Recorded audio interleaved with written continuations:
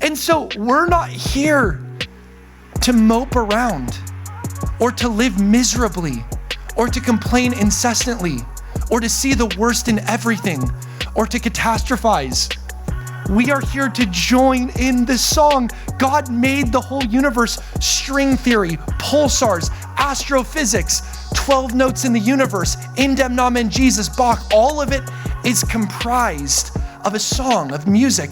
So when we live our lives giving songs and hymns and spiritual songs to God, we're so fulfilled because we're fulfilling our mandate. So I want to tell you something pretty wild.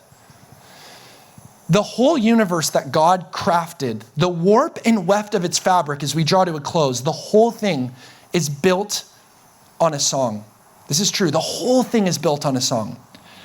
So I don't know if you've ever studied M theory or string theory. Right now, we only know that of 3 dimensions, height, width, and depth. And some would argue that time is a 4th dimension, although there is an argument that time itself does not exist. It's too subjective and elastic and tricky, as Einstein found with the general and special theories of relativity, that gravity warps space-time and stuff. But basically, string theory suggests that there are actually 10 different dimensions, and this is how particles are popping into existence out of nowhere. How do electrons come into reality seemingly from out of nowhere, are 2 places at the same time, and through quantum entanglement and communication can demonstrate an awareness of each other after having been separated with no signal or line of communication? When you spin a particle in New York, it spins a particle in LA. How is this all happening? How is it that these particles are popping into existence out of nowhere, a cloud of possibilities? You can't predict the position and momentum of a quantum particle simultaneously, as Werner Heisenberg found. How are these particles coming into our reality? Well, string theory has some elegant mathematics that allowed us to get like mag-level trains and stuff, that really beautiful mathematical formulas actually suggests that there are not 4 dimensions, but there are 10. And that these particles are coming into existence, into our reality in the multiverse from other dimensions. And if that's true, what's really interesting is this. Well, either way, here's just some music theory for you. When I sing a perfect D note, which I can't because I have the tone deafness of Helen Keller, but I thought that was funny, but maybe that wasn't. So if I sing a perfect D note, hypothetically, the D string on the guitar would vibrate in answer to my voice. You know that, right? Like I wouldn't even have to pluck the string. I could just sing it from here and the D string would vibrate in answer to my voice. That's because my voice is hitting the D note, one of the 12 notes in the universe, and the D string is popping the D note into the atmosphere. Isn't that wild? Pretty wild. Now watch. String theory, as Brian Greene propagates it, suggests that what's more complicated than a point particle? It's a string.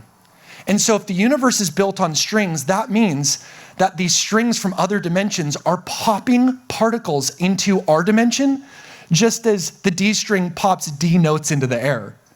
So the reason these electrons are appearing from out of nowhere, these subatomic particles are coming into existence out of nothingness, ex nihilo seemingly, is because they're actually popping from strings of other dimensions into our reality.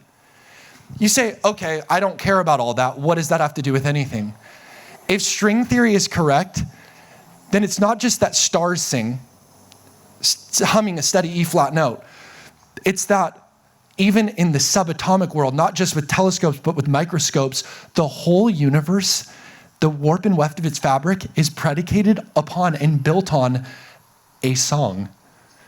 So when you hear people say theologically, we were made for worship, astrophysically, subatomically, quantum mechanically, that is all true.